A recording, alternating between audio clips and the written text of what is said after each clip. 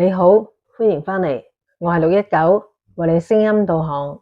由死亡邊緣奇蹟生還嘅木內學燕，將22歲嗰年嘅超常體驗埋藏喺心底，好少同人提起，因為佢一度接受咗醫生嘅講法。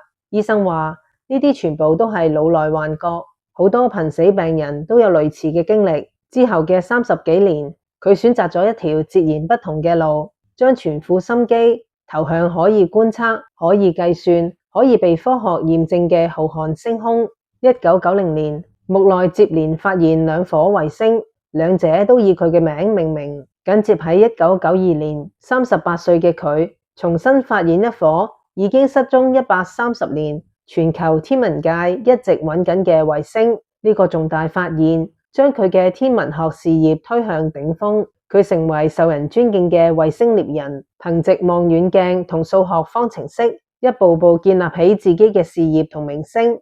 喺呢段閃耀嘅科學家生涯裏面，22歲嗰年嘅奇特體驗早已被佢鎖入記憶嘅最底層，而將呢份封存記憶徹底喚醒嘅係2009年一場極具壓力嘅天文觀測之旅。2009年7月，55歲嘅木內帶團去中國上海觀測日全食。上海當時係公認嘅最佳觀測點，本來只係30幾個日本專家過嚟，但適逢暑假，結果有600幾個日本中小學生同愛好者報名參加。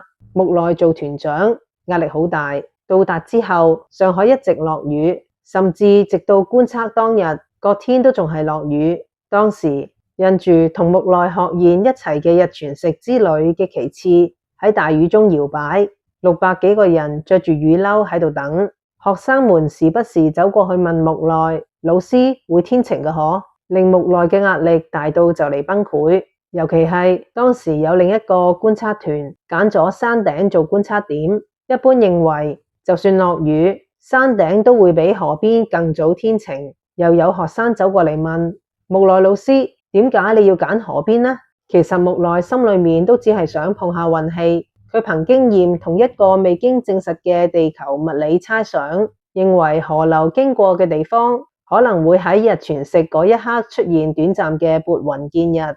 但呢個講法好難同大家解釋清楚。冇幾耐，又有領隊過嚟揾木內話：山上已經天晴啦，我哋而家坐旅遊巴過去仲趕得切，你要唔要考慮一下？木內斬釘截鐵咁拒絕。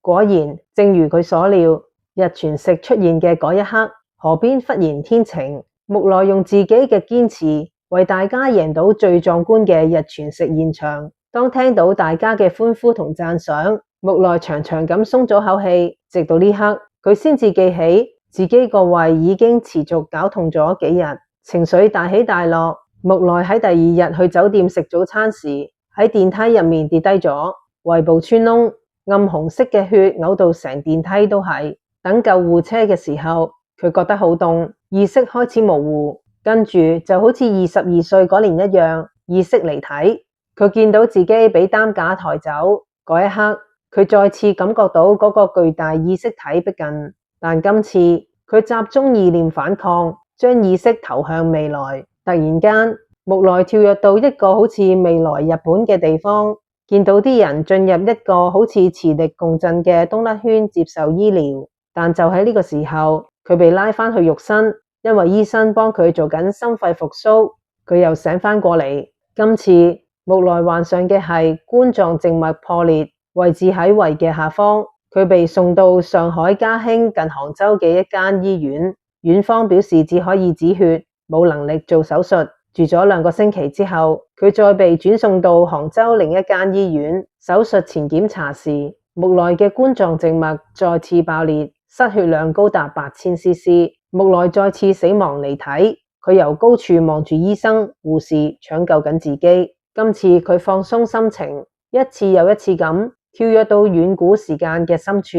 佢決定喺各個跳躍點上都留低北斗星圖案，因為北斗星睇落好似不變，但如果係上萬年嘅時間跨度，佢嘅形狀其實會改變。木內認為只要喺到訪過嘅地方刻上而家北斗7星嘅模樣，就可以成為自己曾經到訪嘅證明。但係今次因為木內穿越得太過遠古，而且好快又被醫生救返，時間實在太短，所以佢留低嘅北斗符號到而家都仲未有人揾到。身為專門觀察星象嘅人，木內一直對月球嘅存在感到好奇。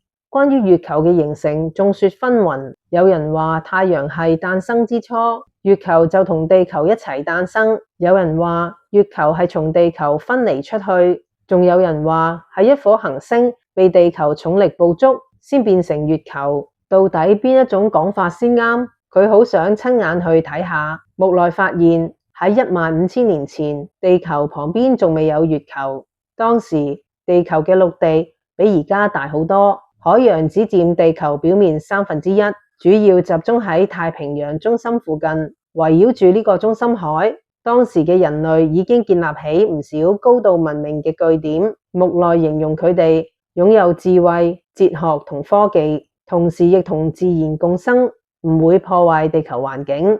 但係距離而家大約15000年前，發生咗一件恐怖嘅事。一顆巨大衛星極度接近太陽，衛星上面大量嘅水同冰被太陽氣化，變成水蒸氣。呢啲水蒸氣繞行到地球附近，被地球重力吸引，於是巨量嘅水從天而降，注入地表，大範圍嘅地面被浸沒，高度文明因而毀滅。木內推測呢個就係傳說中亞特蘭提斯大陸消失嘅原因。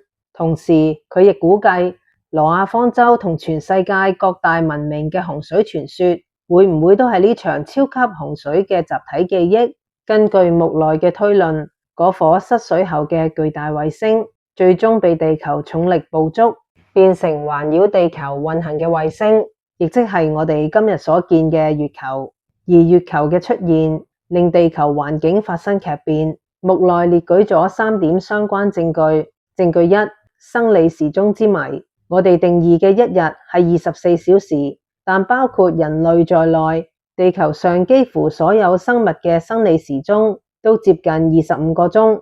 點解會咁？木內計算過，如果月球唔存在，地球冇受到月球引力影響嘅話，一日嘅時間剛剛好就係25小時。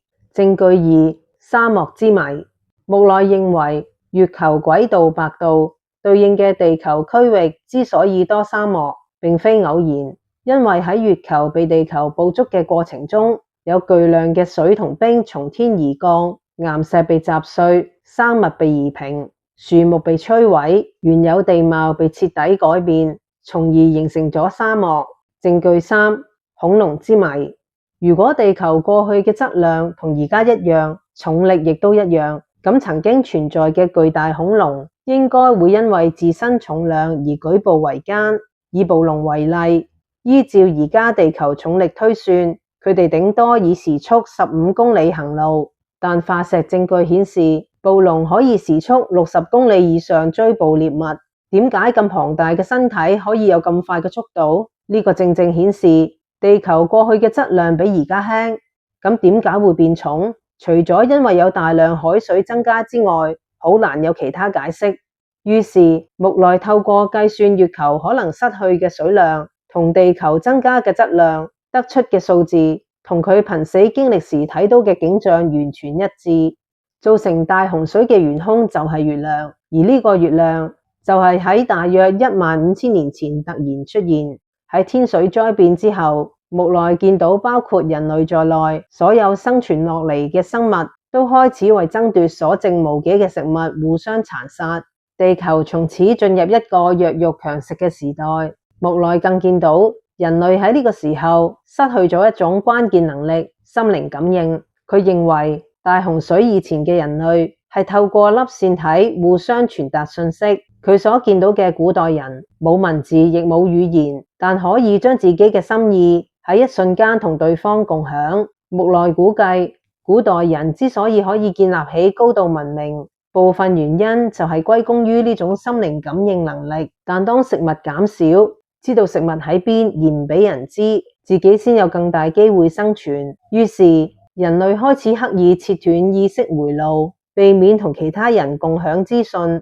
咁樣做嘅代價就係人類開始擁有棘手嘅自我，只要自己好就得。人類從此陷入利害得失嘅計較之中。引嚟一個彼此猜疑、互相廝殺嘅世界。呢個可以話係人類自行捨棄心靈感應能力嘅沉重代價。失去心靈感應嘅人類，為咗互相傳達信息，發明咗語言同文字，但有別於心靈感應，語言同文字冇辦法完全傳達心意。人類開始要面對連自己都控制唔到嘅自我，活喺不斷對抗恐懼、不安、妒忌同猜疑之中。木內最終從中國嘅醫院生還，並將所有體驗撰寫成書。2024年，佢以70歲之齡離世。木內學賢嘅一生就好似一場漫長嘅意識實驗，提醒我哋直視現實同意識兩種難以調和，但就同樣強烈嘅真實。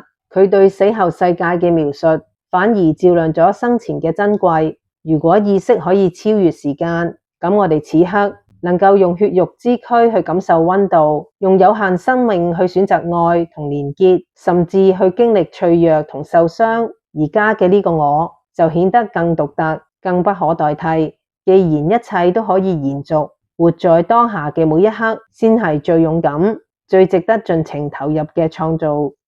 如果你鍾意我為你聲音導航，歡迎你留言、讚好、訂閱、分享。我係619，多謝你。